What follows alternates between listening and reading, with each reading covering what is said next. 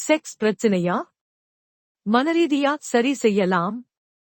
Sex தொடர்பான பிரச்சனைகள் பெரும்பாலானோருக்கு மனரீதியான சிக்கல்களினால் ஏற்படுகின்றன. பாலியல் ரீதியான பிரச்சனைகளை தீர்க்க அதற்கென உள்ள சிறப்பு மருத்துவர்களை அணுகலாம் அல்லது உளவியல் நிபுணர்களை சந்தித்தும் ஆலோசனை பெறலாம். மனதில் தன்னம்பிக்கையையும் உடல் ரீதியாக பலத்தையும் பெறுவதன் மூலம் பாலியல் ரீதியான சிக்கல்களை தீர்க்கலாம். பால்வினை நோய்கள் உடல் உறவின் மூலம்தான் மிக முக்கியமாக வருகின்றன. வைரஸ், பாக்டீரியா, ஒட்டுண்ணிகள் ஆகியவையே இவற்றிற்கு காரணமாகும். இவ்வகையில் குறைந்தபட்சம் 25 வேறுபட்ட பால்வினை நோய்கள் உள்ளன. இவை எல்லாமே 5 விதமான அறிகுறிகளை வெளிப்படுத்துகின்றன. எஸ்டிடி, செக்ஷுவலி டிரான்ஸ்மிட்டட் இன்ஃபெக்ஷன்ஸ் என்பது பெரும்பாலான ஆண், பெண் போன்றவர்களுக்கு ஏற்படும் பால்வினை நோயாகும். உடல் உறுப்புகளில் வலி, புண்கள் போன்றவை இதன் அறிகுறியாகும். பிறப்புறுப்பில் புண்கள் சாதாரண கட்டியாகவோ நீருடன் கூடிய சிறு சிறு கொப்புளங்களாகவோ காணப்படும் ஒன்றோ பலவோ இருக்கும். இவை வலியுடனோ வலி இல்லாமலோ இருக்கும்.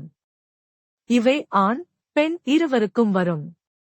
ஒருவரின் சிறுநீர் துவாரத்தின் வழி சீழ் வெளிப்படுமானால் அது நிச்சயமாக பால்வினை நோயின் அறிகுறியாகும்.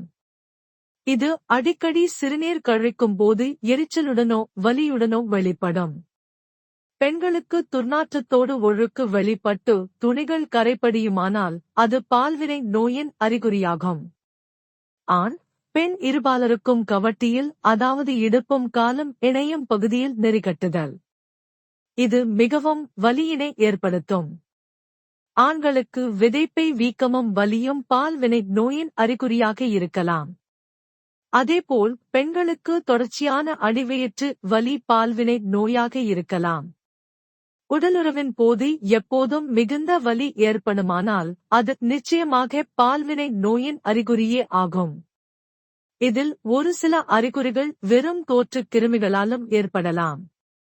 ஆனால் எதுவாக இருந்தாலும் உடனடியாக மருத்துவ பரிசோதனை செய்து சிகிச்சை மேற்கொள்வது மிகவும் முக்கியம்.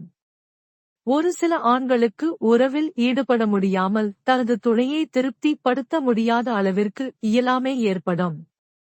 இது ஹார்மோன் குறைபாடினால் ஏற்படும். எனவே ஹார்மோன் சிகிச்சை செய்து கொள்ளலாம்.